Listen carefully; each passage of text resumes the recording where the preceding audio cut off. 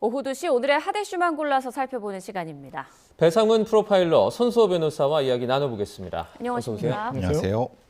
네, 지난해 11월 한덕수 전 총리 재판에서 법정 소란을 일으키다 감치 명령을 받은 김용현 전 국방부 장관의 변호인이죠. 이하상 변호사가 결국 구금됐습니다. 먼저 당시 모습부터 보고 오겠습니다.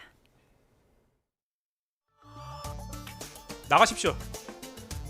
나가십시오. 말씀하시면 감사합니다. 그 구금 장소에다 유치하도록 하겠습니다. 우리 팀에 대적하는 놈들은 무조건 죽습니다. 이제 이진관 이놈은 죽었어 이거. 여러분들 이진관이가 벌벌벌 떠는 거 보셨어야 돼요. 입니다 그거. 진관이 그거 전문 용어로 뭣도 아닌데 엄청 유세가 떨더라고요. 네, 이하상 변호사 감치 선고를 받은 지 2달여 만에 감치 집행이 됐는데 상당히 늦은 거 아닌가요? 그렇습니다. 근데 여러 가지 일들이 있었죠. 지금 조금 전에 보신 것처럼 약간 좀 의아한 그런 대응 태도를 계속해서 보였고, 그리고 감치 결정이 나왔음에도 불구하고 계속해서 반복을 했습니다. 그런데 구치소까지 갔다가 돌아왔거든요. 그 당시에 신원 확인이 되지 않는다는 제도상의 허점 때문에 실제로 감치 집행이 되지는 않고 돌아왔는데, 그 후에도 한 차례 집행이 되지 않았기 때문에 감치 결정의 효력이 상실되는 건 아닙니다. 우리 규정을 보면 다소 생소한 규정이긴 합니다만 이제 법원조직법이 있고, 또 대통령령 중에 좀 더 구체화한 법정 질서 유지를 위한 재판에 관한 규칙이 있습니다. 네. 이 규정을 보면은요, 3개월 안에는 집행할 수 있다. 라는 규정들이 있습니다. 그렇기 때문에 지금 이 상황의 경우도 감치에 처하는 재판은 선고일로부터 3개월이 경과한 후에는 집행할 수 없지만, 아직 3개월이 되지 않았기 때문에 집행을 할 수 있었고 실제로 집행이 이루어졌습니다. 네, 이진관 부장판사가 직접 이 법원의 경위들을 대동해서 그 법정에 들어가 집행에 직접 나섰다고 하는데, 그만큼 엄단 의지가 조금 강했던 것 같아요. 법관이 법대를 벗어나는 경우는 저는 그 현장 검증 한 번 본 적이 있거든요. 예. 법대를 벗어나서 법관이 뭘 한다는 건 사실은 상상할 수 어렵거든요. 왜냐하면 보통 집행은 검사가 하거나 경찰이 하는데, 네. 직접 이제 그 선고문을 가지고 결정문을 가지고 경위들을 지휘해서 소위 말하는 끌어낸 거지 않습니까? 네. 저런 경우가 사실은 저도 상상을 좀 못하는 형태인데, 그만큼 이것을 법원에서, 특히 대법원에서도 반드시 해야 되겠다는 의지를 가지고 저게 하는 선례가 될 것 같습니다. 저 정도의 법정 소란은 저 정도까지 한다라고 하는 의지를 강력히 보여준 것 같습니다. 예. 그런데 이하상 변호사와 함께 감치 선고를 받은 사람이 또 있죠. 권우현 변호사. 어제 재판에 출석하지 않아서 감치 집행이 이루어지지 않았다고 하는데, 그럼 어떻게 되는 건가요? 네, 아직 감치 결정의 효력은 유효합니다. 예. 그리고 한 차례 감치 결정 받은 다음에 또 5일이 또 추가되기도 했었죠. 여전히 효력이 있기 때문에 기회가 된다면 집행이 될 것으로 보이고요. 근데 어제 재판에 나오지 않아서 함께 집행이 되지 않았잖아요. 예. 그렇다면 앞으로 이러한 집행이 될 것을 즉 다 아는 상황에서 감수하고 앞으로 본인이 이제 선임되어 있는 그런 사건에 변호하러 재판에 올 것이냐, 또는 집행을 피하기 위해서 법정에 나오지 않을 것이냐, 이 부분도 좀 지켜봐야 될 것 같고요. 그리고 반드시 법정에 온 변호인만 감치 집행을 할 수 있다는 것도 아닙니다. 따라서 보다 더 적극적인 조치가 이루어질 가능성도 배제할 수는 없어 보이고요. 그리고 이 감치라는 게 형사 처벌은 아닙니다. 그래서 전과자가 되는 건 아니거든요. 예. 다만 질서 유지를 위한 수단이에요. 그래서 질서 교란 사범에 대해서 이루어지는 건데, 법정에서 혼란을 야기하고 법정을 모독한 경우에만 감치가 되는 게 아니라 실제로 우리 사회는 상당히 다양한 감치 사유들이 있습니다. 예를 들어서 증인으로 채택이 됐는데 정당한 이유 없이 나오지 않는다. 이때도 감치가 될 수 있고요. 또 이혼한 후에 양육비를 지급해야 되는데 지급하지 않았다. 이때도 감치가 될 수 있고요. 이거는 정말 감치 자체가 목적이라기보다는 이렇게 협조하지 않고 이렇게 질서를 교란하면 감치까지도 할 수 있다. 그러니 그런 상황에 처하지 않도록 질서를 지키고 절차에 협조하라라는 취지로 둔 것입니다. 그런데도 불구하고 이러한 규정들을 모를 리가 없는 현직 변호사들이 계속해서 반복적으로 같은 변호사가 보기에도 납득할 수 없는 기이한 행동들을 이어간다는 점은 분명히 문제고요. 그래서 본인들이 감치 상황을 자초했다라는 생각이 들고, 이미 고발도 됐고 그리고 변협 차원에서의 징계 절차도 지금 진행이 되고 있습니다. 징계도 피할 수 없을 것 같거든요. 같은 변호사로서 눈살 찌푸려지는 행동이라는 말씀을 드릴 수밖에 없습니다. 그 앞서 인적 사항 특정되지 않았다고 이제 감치가 잘 안 됐잖아요. 근데 이런 것들을 어쨌든 직접 보는 시청자들 입장에서는 나중에 이런 것들 좀 악용되지 않나 이런 걱정도 좀 들거든요. 그러니까 지금 바로 의문 드신 건 그런 거죠. 그러면 3개월 동안 안 나타나면 어떻게 하냐? 그렇죠. 경위들이 잡으러 가야 되느냐? 근데 그럴 수는 없는 상황이 벌어질 수 있는 거죠. 근데 감시 사유는 있는데 할 수는 있는데 이걸 악용할 수 있는 디테일한 부분에서는 분명히 뭔가가 부족한 건 맞는 것 같습니다. 근데 그거를 법을 아는 분들이 저렇게 악용한다는 것 때문에 지금 변호사님도 그 좀 의견을 내신 거랑 마찬가지고요. 제가 생각해도 이런 경우를 감안해서 뭔가 세밀한 규정이라든가 규정이 아니더라도 저는 변호사협회에서 이런 경우는 명백히 뭔가 규정을 둬야 될 것 같습니다. 이것을 법정에서 하는 것보다는 변호사들 스스로 자정하는 것이 더 옳은 거 아니겠습니까? 네. 저도 교수님 의견에 공감하고요. 정성호 법무부 장관도 실제로 예전에 당시에 감시 집행이 되지 않고 돌아오게 되자 국회에서도 의견을 밝혔어요. 이거는 뭔가 문제가 있는 거 아니냐. 누가 봐도 신원이 확인되는 상황에서 본인이 자기 이름, 자기 신원을 밝히지 않았다고 해서 확인 불가로 인하여 집행되지 않고 돌아왔다면 이거는 제도가 문제된 거 아니냐라는 취지의 이야기를 했고 이 부분이 정비가 됐습니다. 그래서 본인이 직접 뭐 이야기를 하지 않더라도 기타 다른 자료를 통해서 신원을 확인하고 또한 감시 집행을 할 수 있도록 구치소 내에서 이러한 신원들을 확인할 수 있도록 제도가 이제 개정되었기 때문에 네. 개선됐기 때문에 앞으로는 이런 일이 반복되지는 않을 것으로 보이고요. 어찌 보면은 굉장히 좀 납득하기 어려운 행동입니다만 이들 변호사들이 이렇게 행동을 함으로써 우리 제도에 허점이 하나 발견되고 이러한 허점들을 또 메울 수 있었다. 뭐 이런 제도적인 어떤 취지는 있는 것 같습니다. 그러네요. 법 개정이 빠르게 이루어졌다는 부분은 굉장히 긍정적인 것 같습니다. 그런데 김용현 전 장관의 변호인단이 법원의 감치 집행 결정에 반발하면서 법원을 나치의 정치 경찰이다 이렇게 비난한 걸로 알려지고 있고 또 감치 명령에 대해 즉시 집행 정지 신청도 제기할 거다라고 하는데 신청을 하면 받아들여질 가능성이 있을까요? 이 감치 결정에 대해서 불복하는 수단들이 있죠. 이제 항고를 할 수 있고요. 또한 집행정지 신청도 할 수 있는데 우리 규정상 그에 대한 항고는 집행정지 효력이 없다는 규정이 있어요. 따라서 항고를 하더라도 별도의 집행정지를 해야 되는 상황인데 하지만 이 사건의 경우에 인용될 가능성이 그렇게 높아 보이지는 않습니다. 기타 그동안 어떤 일이 있었으며 어떤 상황이 있었고 또한 그 후에 일이 어떻게 진행됐는지를 종합적으로 본다면은 사실 집행정지의 사유가 그렇게 인정될 가능성은 높지 않다 이런 생각이 들고요. 그리고 이제 많은 분들이 정치적으로는 생각이 다를 수 있죠, 다. 그리고 또 누구를 지지하고 누구를 지지하지 않고 또 어떤 생각을 하고 또 누구에 대해서는 동의하지 않고 다양한 생각을 할 수 있습니다. 그런데 지금 비상계엄 선포 관련돼서 여러 명의 피고인이 재판받고 있잖아요.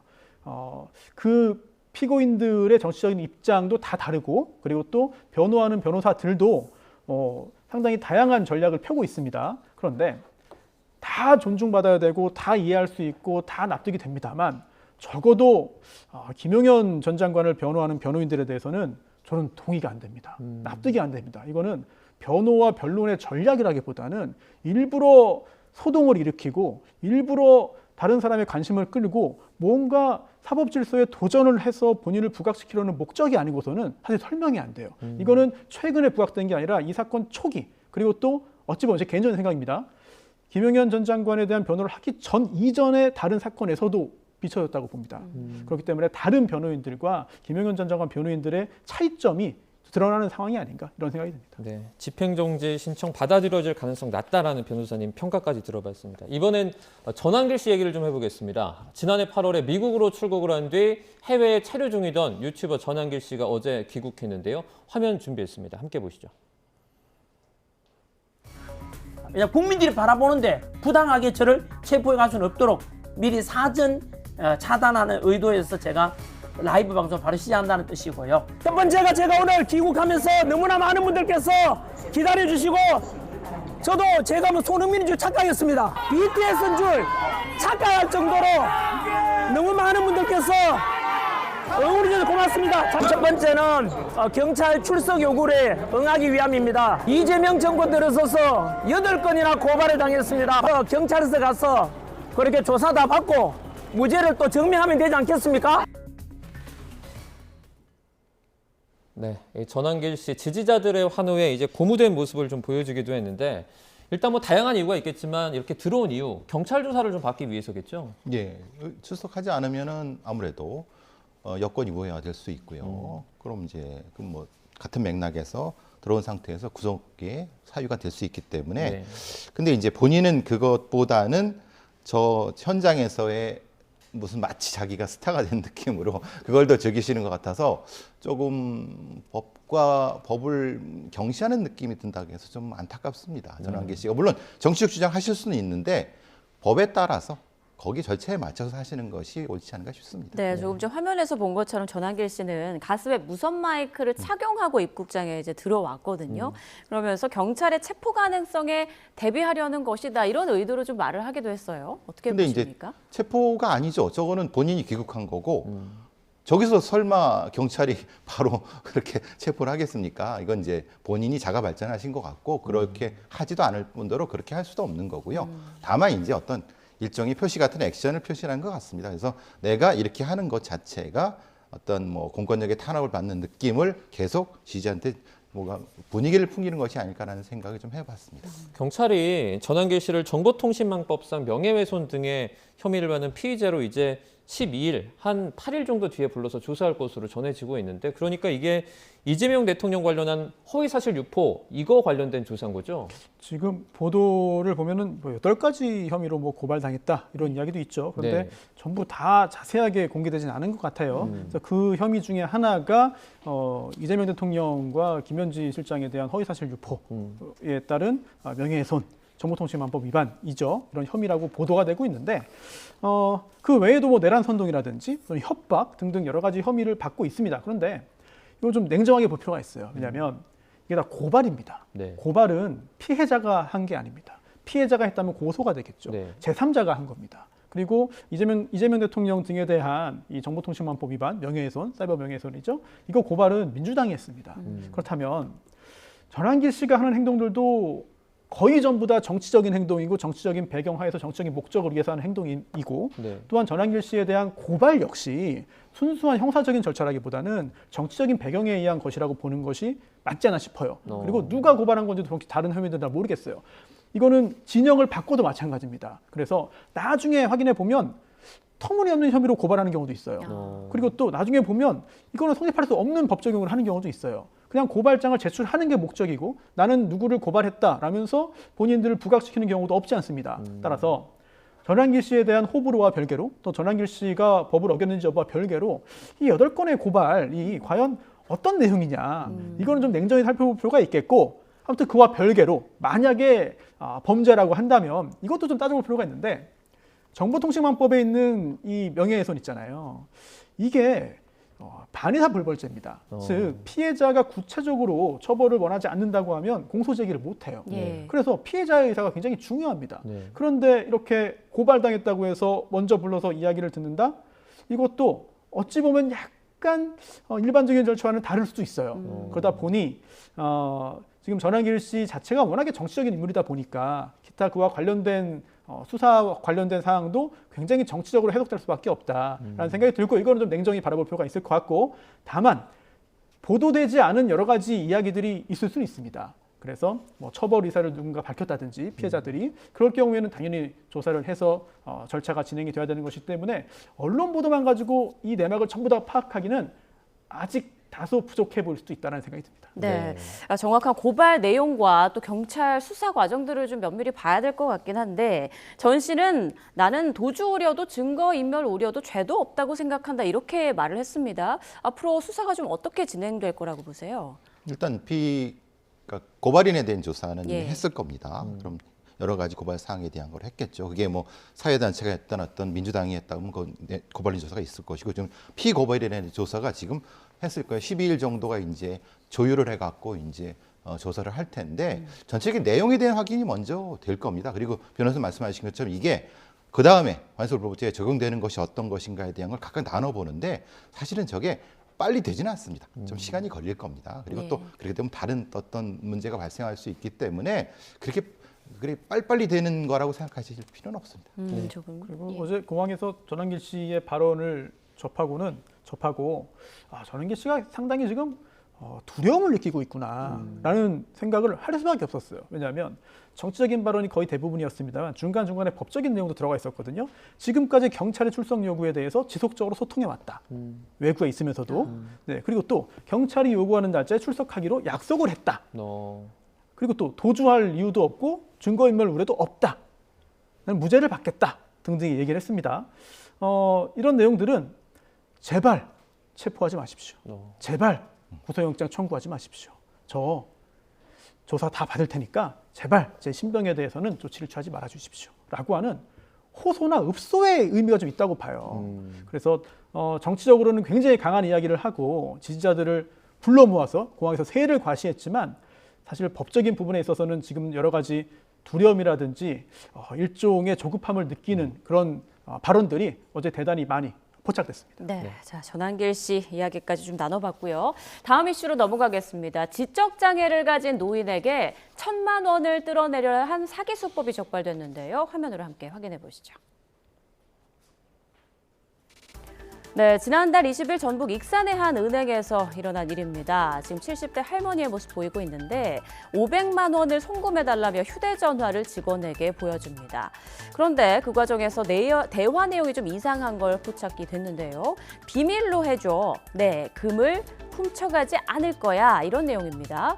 직원은 바로 경찰에 신고를 했고요. 잠시 뒤 도착한 경찰이 휴대폰에서 또 다른 대화 내용을 확인합니다.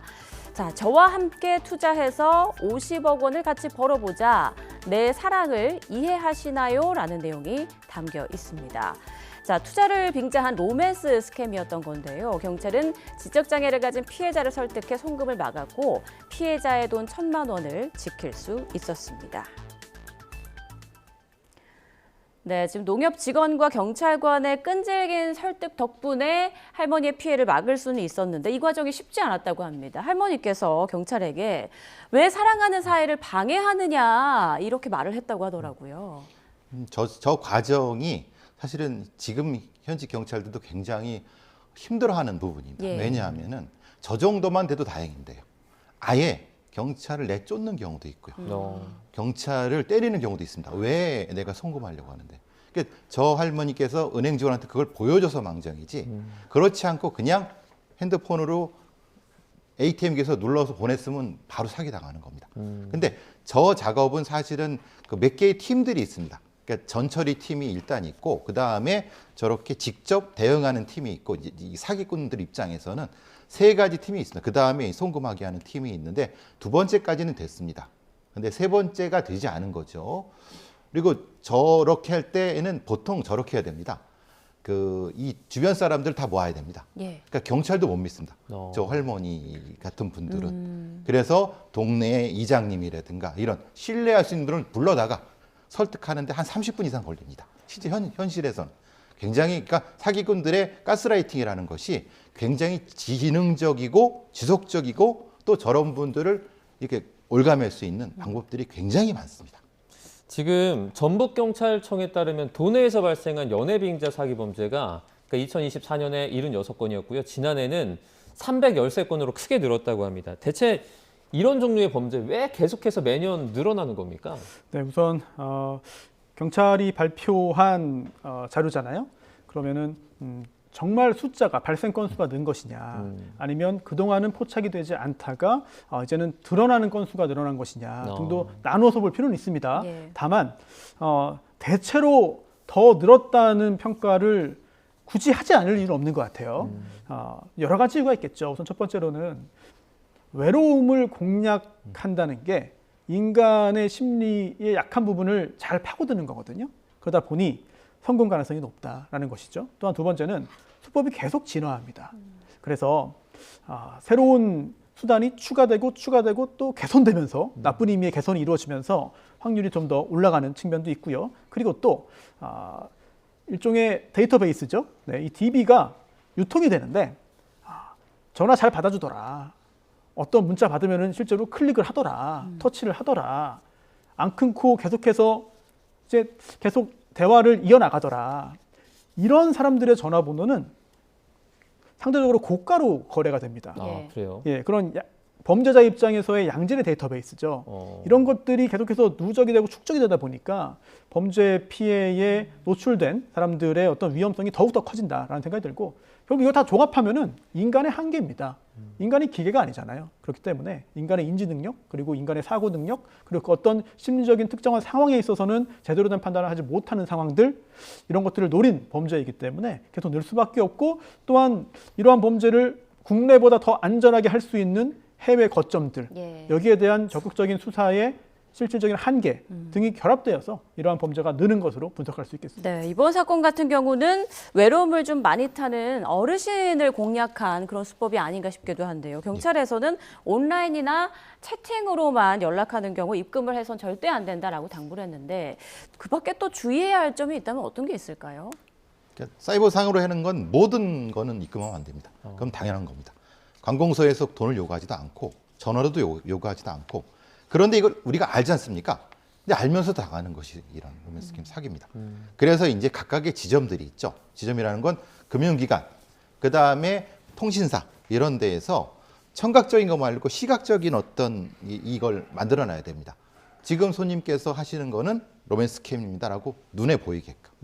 그래서 이제 이런 시각적인 거, 청각적인 거, 다른 형태의 감각을 다 이용하는 방식이 있고요. 또 하나는 이제 경찰에서도 그걸 많이 합니다. 예. 또 하나는 저런 형태, 주변에서의 어떤 신뢰 관계를 있는 분들을 빨리빨리 모시고 올 수 있는, 그래서 이것을 설득할 수 있는 이런 시스템도 지금 구축하고 있고 구축된 데도 있고 그렇습니다. 그렇군요. 자, 앞으로 조금 더 좀 철저한 예방책이 좀 마련돼야 될 것 같다라는 생각이 듭니다.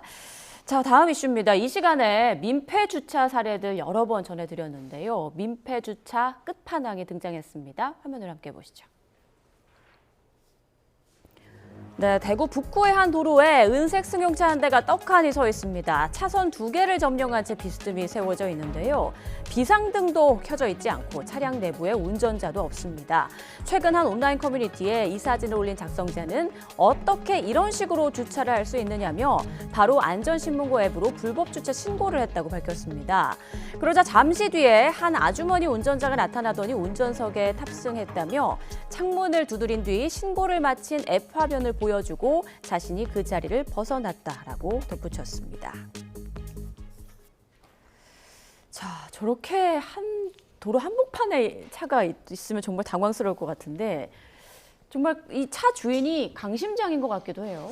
네, 도대체 어떤 사정이 있었는지 예. 굉장히 궁금한데, 경위와 별개로 일단 저렇게 주차 또는 정차를 해놓고 떠났다면 당연히 과태료 부과 대상이 됩니다. 예. 도로교통법 위반이죠. 그런데 경우에 따라서는 그러한 행정벌 수준을 넘어서 형사처벌 대상이 될 수 있습니다. 즉 일반 교통방해죄가 있는데요. 일반 교통방해죄 성립 가능성도 따져볼 필요가 있다라는 생각이 들고, 만약에 이렇게 교통방해를 했는데 그로 인해서 사람이 다치거나 또는 목숨을 잃을 수도 있어요. 그렇죠. 예를 들어 앞에 차량이 있는 것을 보지 못하고 뒤에서 추돌을 한다거나, 또는 그런 경우, 또는 갑자기 뒤늦게 발견하고 피하다가 누군가를 치거나 또는 본인이 다치거나, 이런 경우에는 이 교통방해 치사상죄가 적용되기 때문에 형사처벌 수위가 더 올라갈 수 있겠고요.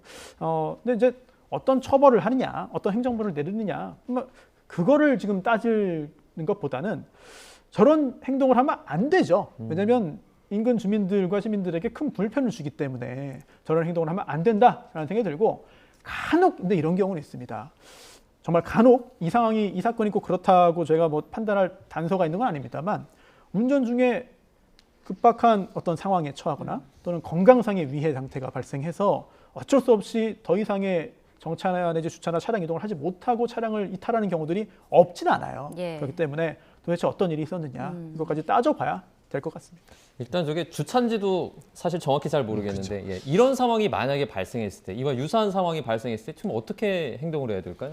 저분께서 이제 다가가셨고 앱을 보여주셨다고 그러는데, 저는 저렇게는 안 했으면 좋겠습니다. 위험할 수 왜냐하면 있죠. 저 상태가 혹시 약물을 먹은 상태에서 공간감적 지각이 없는 상태라면 저렇게 될 수도 있거든요. 그러니까 자기가 주차했다고 생각했는데 사실은 그 중앙인 거예요.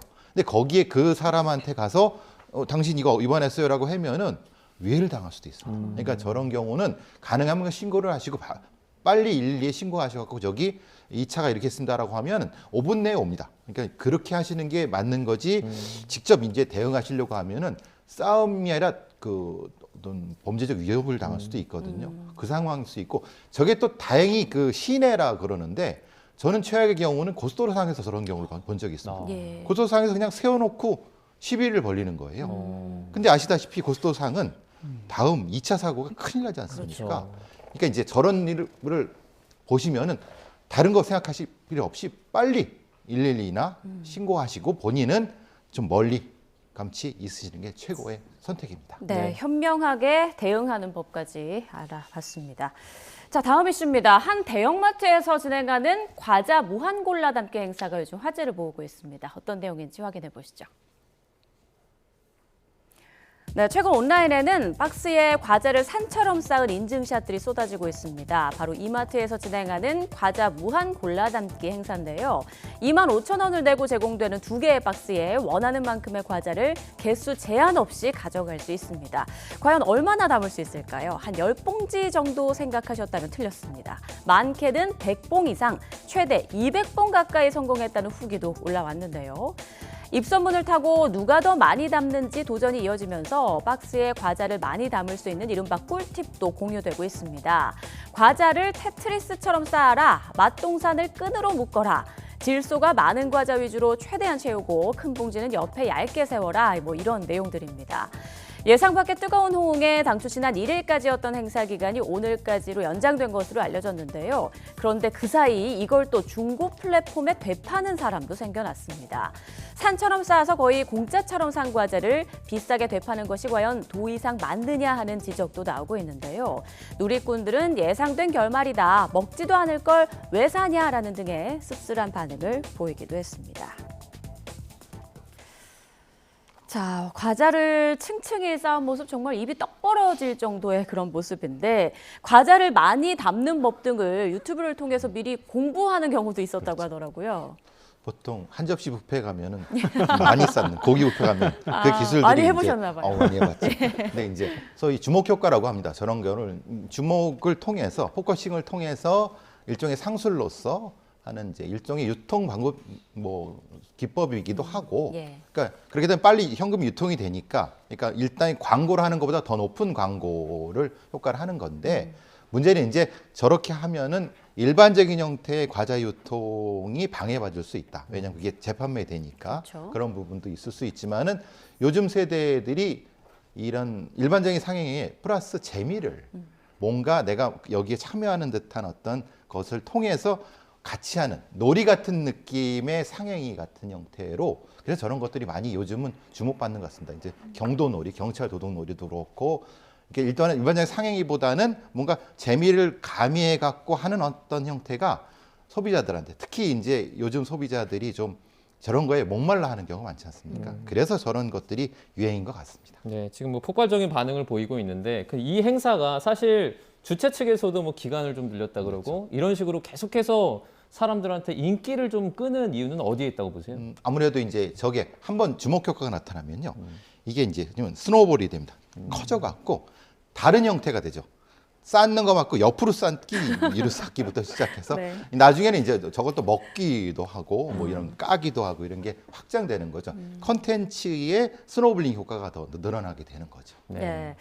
실제로 저걸 이제 막 SNS에 올리면서 그런 재미도 느끼고 가족들끼리 함께 가서 이렇게 체험식으로 하는 경우도 있었다고 하는데 자, 일부 좀 부작용도 있는 것 같습니다. 앞서 전해드린 것처럼 일부 상품이 중고 거래 플랫폼에서 되팔이 되고 있다는 건데 이게 뭐 법적으로 문제가 있는 건 아닌가요? 어떻습니까? 어떤 사정이 있어서 일부를 판매하는 경우에는 문제가 되지 않겠죠. 그런데 굳이 지금 이거를 이렇게 진지하게 해야 될지 모르겠지만 한번 노력을 해보자면 예. 반복적으로 판매했다 또는 계속적으로 판매했다 이런 경우에는 이게 사업이거든요. 그러면 이거 사업자로서 해야 됩니다. 그런데 그런 절차를 밟지 않고 소득을 올린다면 이거 세무 관련된 문제가 생길 수 있어요. 실제로 외국에서 물건을 사온 다음에 조금씩 파는 그런 경우에 나중에 큰 어떤 불이익을 받는 경우들이 존재하거든요. 그리고 좀 농담을 좀 섞어서 말씀을 드리자면 예. 아까 어떤 그 여러 가지 조언이 있었잖아요. 네. 어떤 과자는 뭐 끈으로 묶어라. 끈으로 묶는 건 좀 위험한 거 아닌가. 아니 지금 저렇게 잘 꽂고 쌓아가지고 가져갈 수 있는 것만 가져가는 부정행위 규칙인데, 아니냐 이런 그러니까요. 말씀이시죠? 끈으로 묶었다면 이거는 주최 측이 허용하지 않은 행위이기 때문에 이건 약간의 좀 문제 소지가 있다. 네. 그리고 저 개인적으로는 화면을 보면서도 야 저게 물리법칙상 가능한 거냐라는 생각이 들어요. 어떻게 저게 튀신가 가능하냐. 봐요. 예, 그래서 맞습니다. 네. 그래서 혹시라도 누군가 접착제를 쓰거나 또는 테이프를 쓰거나 그렇다면은 이 제도의 취지를 좀 넘어서는 그런 행동이 아닌가라는 생각이 들어서 일부러 한번 좀 진지하게 한번 얘기를 해봤습니다. 네. 네, 뭐 끈이나 접착 어떤 용품을 쓰는 건 좀 반칙 같다 이런 말씀도 해주셨습니다. 저희가 이 이슈도 조금만 여쭤보도록 할게요. 1억 공천원금 의혹을 받는 무소속 강선우 의원에 대해서 경찰이 오늘 구속영장을 신청할지 관심이 집중되고 있습니다. 어제 11시간 넘게 2차 조사를 벌인 바로 다음 날에 신청을 할 수도 있다는 건 어떻게 보면 경찰 입장에서는 좀 속도를 높인다라고 저희가 해석을 할 수 있겠죠. 여기에 3명이 관련돼 있습니다. 예. 김경, 사무국장, 강선우. 죄수의 딜레마 효과가 나타나야 되는데 죄수의 딜레마가 해소되려면은 3명이 입을 맞춰야 되는데 2명은 맞췄어요. 한 명이 그러면 한 명은 반드시 구속되죠. 그러니까 전체 심리적 효과는 이 상태인데 그럼 왜 강선우가 자기는 다른 2명과 달리 저런 주장을 했을까? 그럼 이게 맞는 건가? 근데 지금 맥락상으로는 강선우의 말은 맥락상 안 맞는다고 경찰이 보는 것 같아요. 나머지 둘은 돈 받았고 그게 있고 그러고 맥락상 맞는데 강선우는 그게 아니다라고 해버리면은 당연히 거짓말을 하고 거짓말한다는 건 증거를 은폐할 가능성이 높기 때문에 당연히 구속영장을 칠 수밖에 없는 상황. 이거는 사실 뭐 이 죄수의 딜레마 효과의 가장 마지막 선택은 저렇게 할 수밖에 없습니다. 3명이 다 빠져나가거나 그중에 한 명이 그중에서 탈락하거나 이게 지금 상황입니다. 네, 자 그런데 강선우 의원은 지금 현역 국회의원 신분이기 때문에 불체포 특권이라는 게 있잖아요. 이 불체포 특권을 포기할 의사가 있느냐라고 물었더니 묵묵부답으로 대응을 하지 않던데 어떻게 생각하십니까? 법적인 부분을 떠나서 예. 일반적인 관점에서 보자면은 강선우 의원이 그동안 언론 앞에서 몇 차례 발언할 기회가 있었죠. 그때 내놓은 발언을 가지고 짐작을 할 수 있는 것 같아요. 첫 번째로는 돈 받은 거 맞냐라는 초기 질문에 대해서 경찰에 나오면서 삶의 원칙이 있다. 그 삶을 지키려고 노력했다라는 예. 말 했습니다. 그래서 받은 거냐 안 받은 거냐 답을 아예 회피했죠. 굉장히 큰 의미를 가지고 있다라는 생각이 들고요. 그리고 또 조금 전에 또 화면에 나오는 그런 내용들을 보더라도 이런 상황을 만든 게 죄송하다. 근데 이것도 받았냐 안 받았냐에 대한 답은 아니거든요. 이런 것들 역시 상황을 짐작하게 만드는 요소인 것으로 보이고 경찰의 선론하는 얘기를 종합해 보면 이미 경찰 단계에서는 판단을 마친 것 같아요. 다만 이게 최종적으로 예. 법원의 판단은 아니기 때문에 그리고 실제로 사실관계에 완벽하게 부합하는지 여부는 추가적인 수사와 재판을 통해서 확인돼야 되는 것이지만 적어도 현 단계에서 관련자들을 조사하고 내린 잠정적인 경찰의 입장은 강선우 의원이 거짓말을 하고 있다. 강선우 의원의 진술이 사실이 아니다라는 입장인 것으로 파악이 됩니다. 그렇다면은 구속영장을 청구할 가능성도 상당히 높아 보이고 검찰이 다만 지금 앵커께서 말씀하신 것처럼 현역 의원입니다. 예. 그렇기 때문에 결국은 국회 절차를 다 거쳐야 됩니다. 그렇다면 결국 선택은 여당에게 달려 있고 여당이 얼마 전까지 자기 당 소속이었고 또한 대통령의 신임을 얻어서 장관 후보까지 올랐던 비록 낙마했지만 그런 정치인의 동료 정치인에 대해서 어떤 판단을 하고 어떤 선택을 할 것이냐. 예. 뭐 선거가 코앞에 있기 때문에 그것도 영향을 주겠습니다만 굉장히 중요한 국면에 있는 것으로 보이고요. 어떤 결과가 나오든 사실 국민들에게 주는 영향은 굉장히 큰 것 같아요. 그래서 과연 이게 유일한 건이냐 아니면 뭐 정당과 정치인을 막론하고 다른 사람들도 비슷한 일을 했느냐 아마 지금 이 수사를 보면서 마음 졸이는 정치인들이 꽤 많이 있을 것 같습니다. 네, 알겠습니다. 강선우 의원에 대한 경찰의 어떤 움직임이 들어오면 저희가 또 소식 전해드리겠습니다. 지금까지 배상훈 프로파일러 손수호 변호사와 함께했습니다. 고맙습니다. 고맙습니다. 감사합니다.